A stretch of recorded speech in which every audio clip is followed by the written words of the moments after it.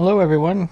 As fast as possible, I am going to try to show you how to download the CamStudio 2.7 program and configure it and get it running with your system. So first go to camstudio.org and download the file. Okay, and you'll get to this page. Scroll on down. You can click to donate, but donations have been a little spotty, so we've got a new installer. It does kind of require to be on the internet because it's a very small file that actually does the download for you and handles the installation and everything. But it offers to download a advertised program, piece of software, that you can opt in to well, more accurately, you can opt out of installing it by unchecking a box. Just like you've seen a lot lately in installers. But it's a way of us monetizing the program so that we get some income from it, because donations have been a little spotty, and finance hiring some developers and programmers to add new features and bug fixes and make CamStudio just terrific. So we have big plans for it. Go to the forum and take a look at what the kinds of plans we have just initially. All right, so here we go. Scroll on down, you'll see the download link. Now you can get the lossless video codec, but for most uses you don't need that. I'm going to recommend getting Xvid or the X.264 codecs instead, and I'll show you how to get them. You can use the CamStudio lossless codec in a pinch, but that's if you're doing archival quality types of things, which you probably don't need. Okay, it's you can get about 9 minutes worth of video using CamStudio. If you go over that, you'll probably crash the program because it's got a 2 gigabyte file size limit. And when you're recording the audio and the video in lossless, you get out 9 minutes, and then you hit the 2 gigabyte ceiling, you know, that quickly. Using Xvid, I can record, up to 3 hours if I have the right settings. But anyway, if you have any questions, go to the forum, camstudio.org forum, and we can get you straightened out. But this will be the general overview to get you started so that you've got the program installed. I've got some codecs in there, which are the compressing things that make the videos smaller, so it's a smaller file size, and can get your audio to work. Okay, so let's hit the download button, and you'll see it downloads the program, and let's run it. There we go. It'll bleep at me, and it brings up our new installer. Okay, so it says, as it tells you right there, this will download and install the software on your computer. So you see, this downloads so quickly because it's just an installer that handles the downloading process. The reason it had to be like that is because if you opt in to having the advertised program also installed, it's got to download that too. So you hit next. It's got the general thing about our being open source, and you can read about the license. You can go to our forum, which I do welcome you to come to the forum, and terms of use and privacy policy and all that good stuff. It's free software, as it says. If you paid for it, you should claim your money back. All right, always get the official version right from CamStudio. And okay, so here's where you have the software offer, and it's an opt-out type of a thing. It's already checked there where it says, by clicking next, I agree to the terms of use and privacy policy and consent to install DApply. Easily uninstall it in add remove programs in the event that you do install it. Okay, now we've been told it's a clean uninstall. If you got it in, there's no malware left behind, no tracking left behind, and any uninstall of anything that they're going to advertise with us. So we're feeling comfortable, but let us know if any such things happen, because we definitely consider that a transgression. But to keep from doing it, it's an opt-out, as I said. If you don't want it, you uncheck the box. So now you can move on to the install of just CamStudio without the extra. Get it? Then you hit next, and it downloads the file. Now I'm going to get some errors because I'm already running CamStudio, believe it or not, 2.0. So it's writing over. Plus I have the program already installed. So just hit ignore 3 times so I can get through this. One more coming up. There we go. Here we are. So it'll go through and it'll say completed and hit next. And it says installation completed. Thank you for installing CamStudio. I already got the program open because I have to start 2.7 first before 2.0 if I want to use 2.0 to record myself. Yes, I'm actually recording this with the original version. So I'm on checking that, clicking finish, and that's all there is to it. All right. And now I've got this program running. So let me bring it up. And there's CamStudio, the new 2.7 version. You go to the About, and you'll see there's 2.7. We also have links to the website and to the FAQ and stuff like that. The frequently asked questions, the FAQs. And so here you go. That brings up the frequently asked questions.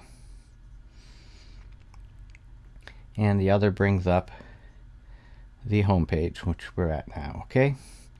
All right. The help files are not working yet. There's a video on my YouTube channel that shows how to migrate the help files from the original 2.0 version, if you've got that. And maybe I'll zip those up and make it available so that you can install those. But you basically would unzip that file. In fact, here's the folder. It's got that stuff in it. And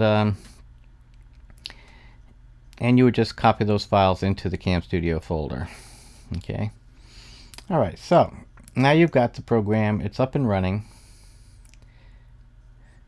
Let's go through the settings that you're going to need to make it work. Okay. So right away, under File, you've got Record, Pause, Stop, and Exit. It's all that's under the File thing. Those are reflected in these buttons: Record, Pause, Stop. Okay. And Exit, of course, is the X button. These buttons in here let you switch modes, so you can change the view so that you see less of the CamStudio window. You can bring up the screen annotations dialog, which we're not going to go into in this video, or you can toggle between whether you're going to record in AVI, which is how I recommend you start, or record a flash video instead, and then it will say record to SWF. Okay, do you see that? Record to SWF.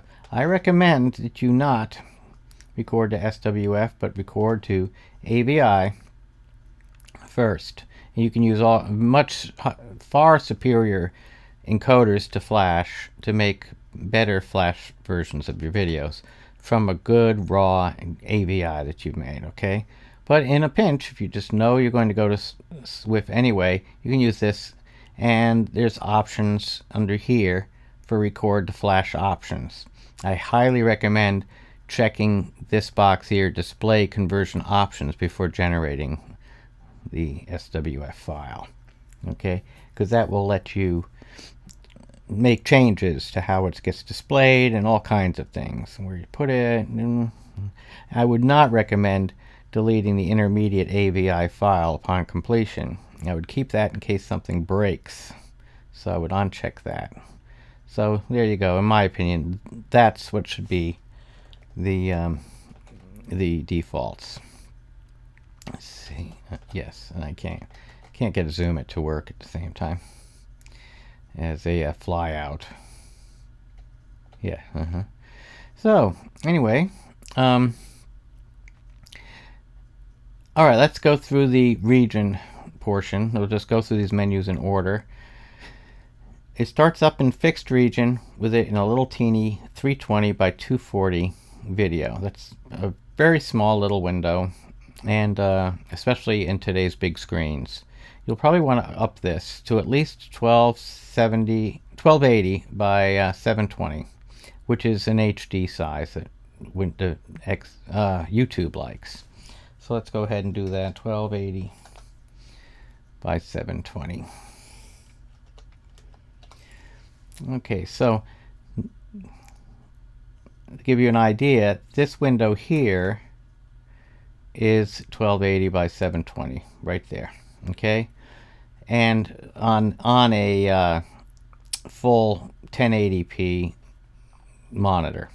So this is a full 1080 recording, meaning it's 1080 pixels tall, and it's 1920 pixels wide. That's what 1080p means. 720p means it's 720 pixels tall by 1280 pixels wide. So that's what that means. The p, whenever it says something something p, that's the height. All right, so let's imagine we're going to do, though, a 720 in fixed region. Now you can click it so it drags the corners to pan. By corners, it'll be, when you make the recording, it'll make some flashing green corners in the four corners of your region that you're recording. And you can grab hold of those green flashing corners and move it around to pan. But you also can set up an auto pan that will follow your cursor so that the whole window moves automatically to follow your cursor in case your cursor goes outside of the region. If I went outside the region, say that was this region here, it would follow my cursor to make sure my cursor is always inside the recordable area. You can also set whether it's a fixed top left corner, like say 200. I typically use 200 by 200 when I'm doing 1280 by 720 because it positions the box right where you see this browser window, okay, on my screen. And then I have some room over here to hide put my CamStudio icon, my CamStudio box where it's out of the recorded area and not in the recording, for instance. And you can also use the select button to select a region. And you just simply drag and pull, click and pull, and it puts in a width and height for you, okay? So the trick with doing that, though, is always have this fixed top left corner on selected first. That way it'll record what the top left corner is when you start clicking. And it'll get a recording of that. As you see, you put in 200, 201, then check that box and it will listen to your thing. So there, I'll put in 200, and now you see I can correct. So say I know it was close to 1280, so I'll go ahead and make it a perfect 1280 out of my selection. And now it'll do that various things, okay?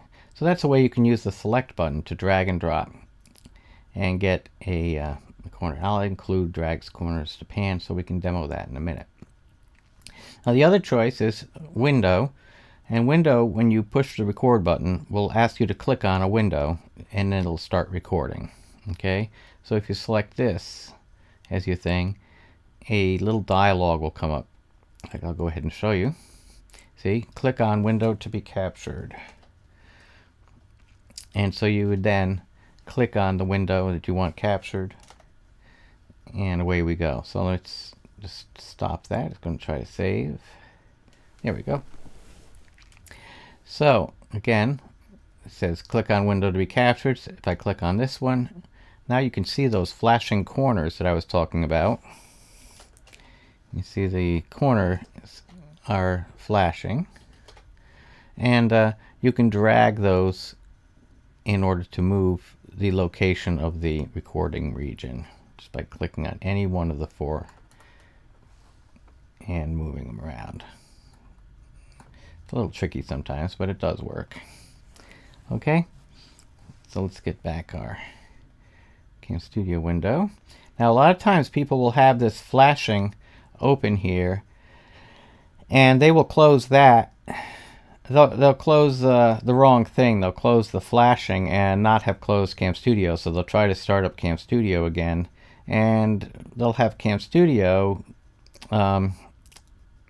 diminished. Okay, so now CamStudio is actually sitting down in here in the system tray.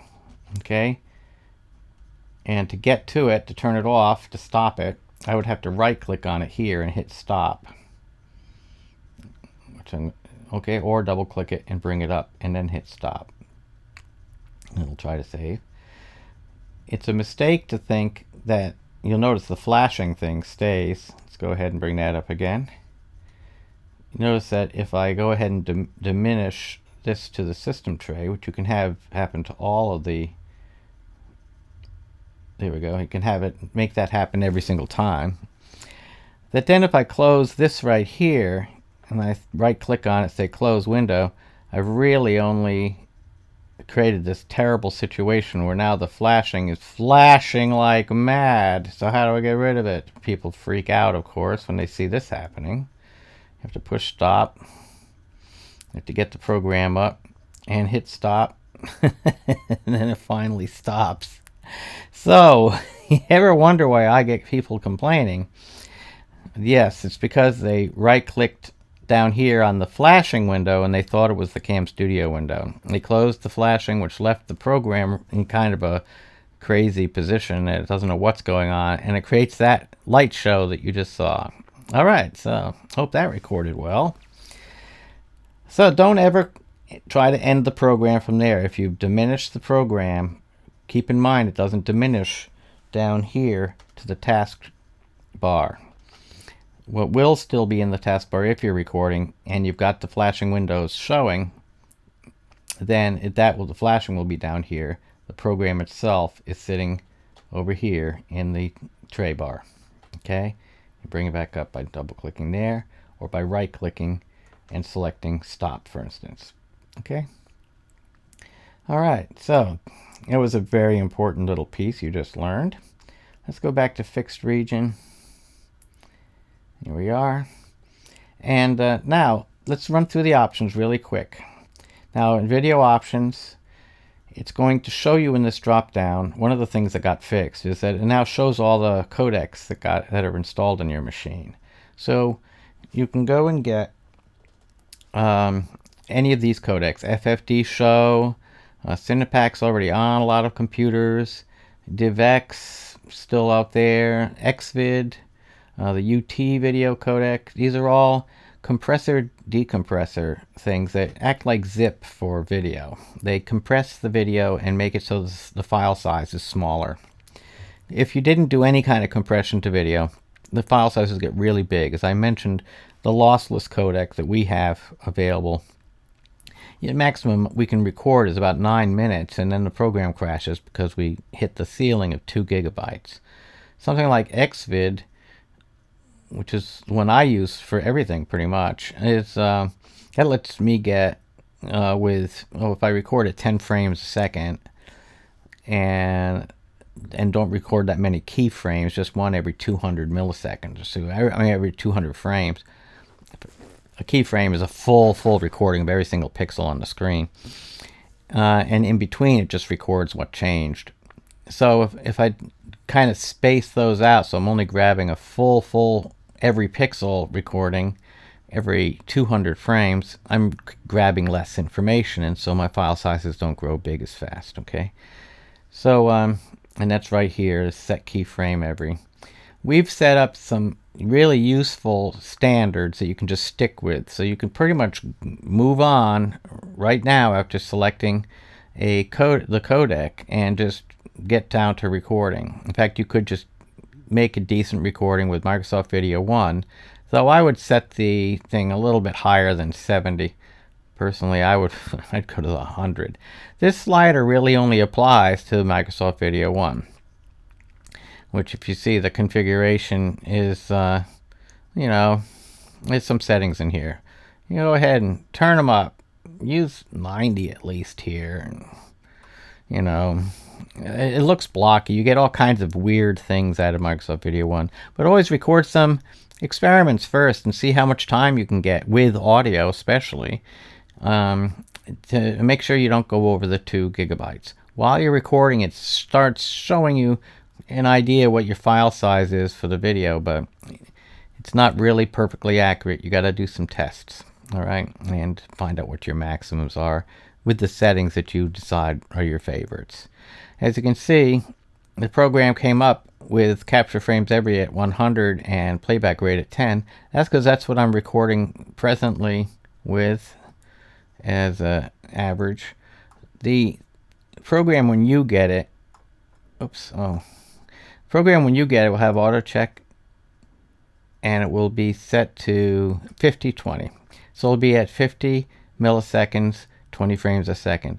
The reason it skips this way and it goes into these specific settings is that you want these two boxes, when you multiply them together, to equal 1,000, and that keeps the audio in sync, because 1,000, it's 100,000 milliseconds, which equals 1 second, and the audio is based on 1 second. So you've got to have these two coming to 1,000, and otherwise your audio will slowly drift out of synchronization, so that when you do something, the audio is way out of step with what you did on the screen. If you're doing things where you want to get as much time as possible, I use the 110 setting here, where I get really, really long recordings. In fact, then you uncheck this, and I set it to 200. This is every 200 frames. I get one of those full keyframe, full every pixel on the screen, and just when my cursor's changing, basically, and the blinking cursor, I just get my mouse cursor recorded in between. And then every 200 frames, it grabs every pixel on the screen. With that, I've been able to get about, with Xvid, I've been able to get about 3-hour recordings so I can record webinars. So let's move on to Xvid. Xvid you can get, I would recommend downloading one called Jawor's Xvid, JAWOR''S, JAWOR''S, Xvid. His main website is gone, but there's mirrors of it. In other words, other download locations all over the web. And so download this to get it, and use Google to find it, Jawor's Xvid, and install it, and then it'll show up in this list when you restart CamStudio. Okay, or you may have to restart your computer to make it show up in the list. I'm going to show how to set it up real quick, so that you hit the... Now this slider here, the quality slider, has no effect on Xvid or most other of these codecs. And in fact, let's go back to the default. This is the default that you'll have. Leave this here checked, lock capture and playback rates, and that'll keep these two changing so that it always equals 1,000. All right, hit configure. Now I'm at Xvid 1080 for the recording that I'm doing right now, and this installation just copied the settings in my other one. When it comes up, it'll say Xvid Mobile.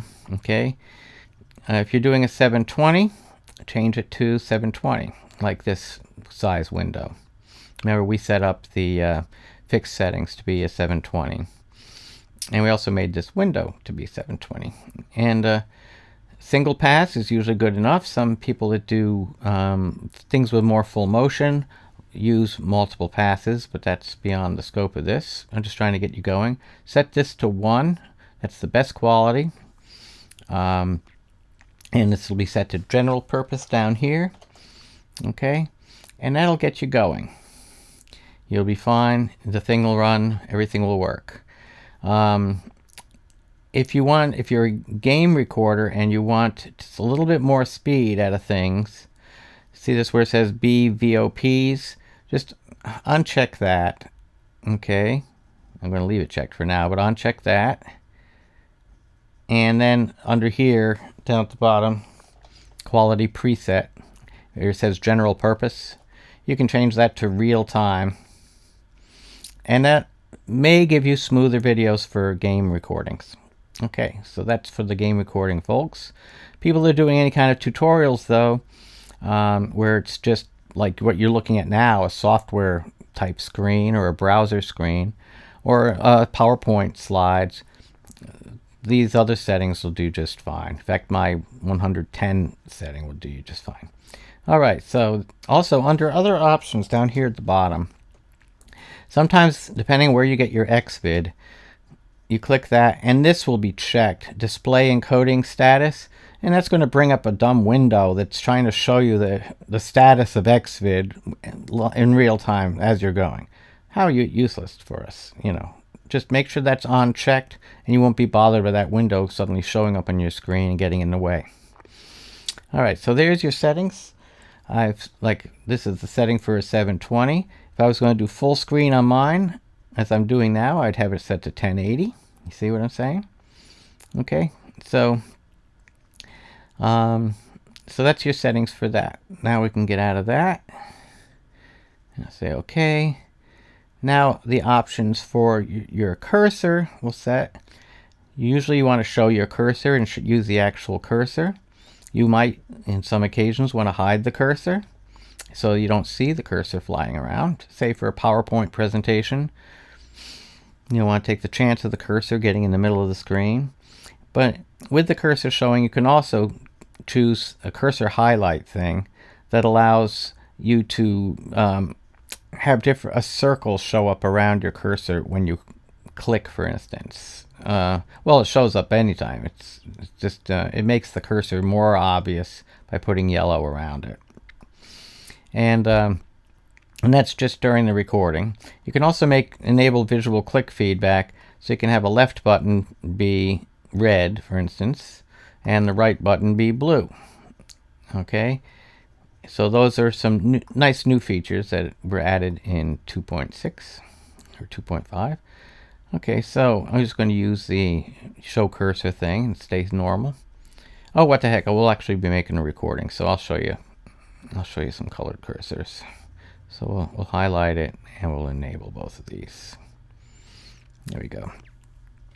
Okay, now the audio options. Well, right now it comes in by default set to do not record audio. You want to be recording some audio, most likely from your microphone. Now, although there's a record audio from speakers option, it probably won't work for you. It works on very few pieces of hardware that are modern. It took advantage of some hardware hooks that were prevalent on XP era machines, although very few machines, apparently we've heard, have these hooks in them because this works for some people. So give it a try. It may work for you. It most likely won't. It might probably give you a wave out error. It'd be the error you get, wave out error. And well, just forget it. You're not going to get it to work if you get that error, from what I've understood. If you wanted to record the audio from speakers, in other words, record system audio, you'll have to use stereo mix. And that you may not have stereo mix showing with your drivers, but you may be able to find drivers for your audio system that include the stereo mix feature. Just a lot of drivers ship without stereo mix, being present. So anyway, so we're going to just focus and stay focused on recording audio from the microphone for now. And there's other videos that I put in my playlist on using stereo mix. We just want to get some stuff in from the mic first. So record audio from microphone, then go to audio options and audio options for microphone. This will come up. Now I'm using this line in from a USB interface that I've got my mic plugged into. But if I had a mic plugged in, it would show up in this list of mics plugged in. In other words, I've had just something plugged in the mic jack. I also have stereo mix available, so that's another choice from the drop down. So I would pick the one that was appropriate for my thing. The volume button at this point doesn't open the control panel for the audio control panel in Windows 7 and Windows 8, but it will down the road. That's one of the bug fixes we're going to fix. You have to get to that down here in the tray by right-clicking on your little speaker icon. Let's just do that. Go to Recording Devices. Now, did you see that I moved that a little fast? Let's do it a little slower here. Oops. There you go. So you see it go to Recording Devices. And that'll open up this dialog. And I've got my line in. The thing that you want, and you see my meters moving up here. The thing that you want to be using, you simply right click and you make it enabled. So say we wanted to switch to stereo mix, we would right click on that and say set as default device. Now if your stereo mix isn't showing, right click on the background in the white area and this will show up. Make sure show disabled devices and show disconnected devices are both checked, because that may be what's required to make your stereo mix appear, okay, or any other devices that are disconnected at the moment.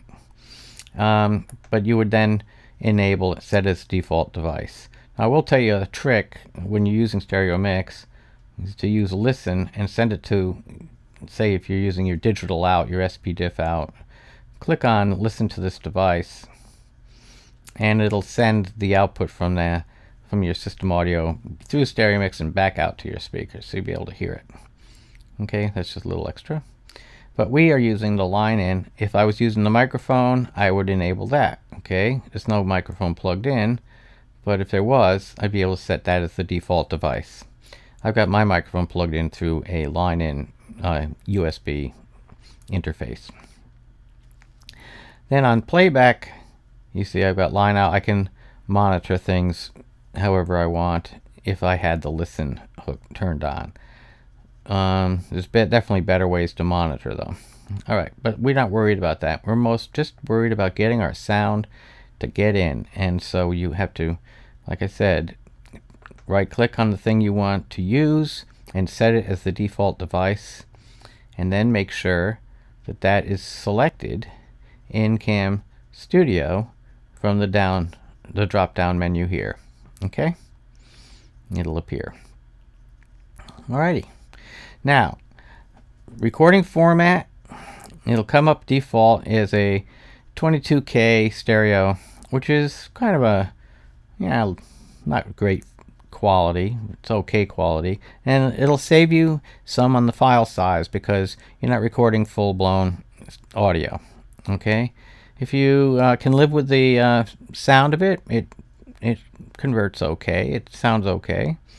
I always switch mine to either 44.1 stereo 16-bit, or for my mic input, since I only got a mic plugged in one side and all the audio would be in the left speaker if I chose stereo, I choose the 44.1 mono 16-bit as the recording format. Notice I've got my compressed format as PCM. I have found that the various other options, your various MP3s and stuff like that, which I've taken out of my system because the sync went bad so much. It just made the synchronization of the audio drift, and it was better to convert the audio later on or let YouTube convert the audio. So I stay with PCM.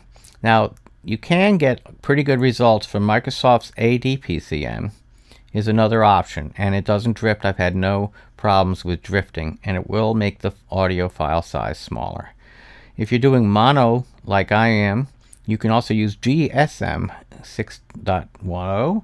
That's the same thing, the GSM, that's what the cell phones all use, but it only works in a mono signal. So only if you've switched your thing to mono, as I had earlier, will that work. Okay, so you'd have to have this set to mono. Then that will show up in the list. So you can give it a try. You won't break anything. Always do some tests before you commit, of course. The AD-PCM is another good one. And at screencast-tutorial.org, there's a good explanation of what on earth AD-PCM is. PCM, though, is full-blown audio. It's your original Microsoft audio. It's a CD quality audio. All right. Now, if you checked use MCI recording, it would simply use whatever your system settings are. You get the exact same settings as most system settings by setting this to stereo at 44. And that would be the exact same as your system settings in most cases. But now that you have systems that can do 48 bit and even higher, use MCI recording may really give you humongous audio file sizes. So I recommend kind of staying in control of it. Do it manually. Set it to PCM here. And I used to tell everyone to use MCI, but that was before. I was in XB machines. Now set it to PCM yourself. Okay? All right, so that's, I think I've beat that one to death. That's the big stuff. Okay, now let's quickly run through this. We've got it. Now you could just make a recording. You're all set to go. But let's change some program options, because there are program options that are really a nuisance, and you have to get your handle on them. And there we go. So we have minimize program on start recording, that when you start the recording, the program will jump down into the tray bar automatically and get off of your screen. Okay, so remember, it's going to be in the tray bar, not in the system, not in the bottom taskbar. It won't be in the taskbar. Only the flashing rectangle shows there. Hide flashing rectangle during recording makes it so there is no flashing rectangle. Okay, so you don't have the option of knowing where your region is if you're doing, like I'm doing, just a part of the screen. You don't know where the limits of your recording region are unless you mark them some other way. I always have save settings on exit and capture translucent layered windows. On save settings from on exit though, sometimes you got to start up this program as an administrator to get that to work. You right click on the icon and say run as administrator, and then it'll save. It depends on where it's saving and what your permissions levels are as to whether it'll save the settings and write to that folder. Because if your permissions and security settings are set too high, it won't write to that folder unless you're an administrator. Okay, so then you have some more here. Let's see if I can get this. Yes, we have several players. Do not play when the recording stops and you've saved the file. It converts the file over to the AVI, combines the audio and the video portions, and makes a file. And you can have it open up and use the CamStudio Player 2.0 to play back the video. I recommend just using your system default player. Okay, because that way you'll see right away if it's working in the system that you're used to. And there we go. Now what else can we set here? Directory for recording. There's another important one. Get that back here. All right, directory for recording. There's an application installed directory now, a videos directory that's in the program folder. Okay, and that's where it is putting the temp stuff. I use a user specified directory. I actually made in my videos folder, I made a CamStudio temp files folder. So I'll actually show you that by going to that, and on here, and go to users, me, and my videos. A little further down, there it is, and you see CamStudio temp files is a folder I created in there, and that's where I tell it to put my temp files.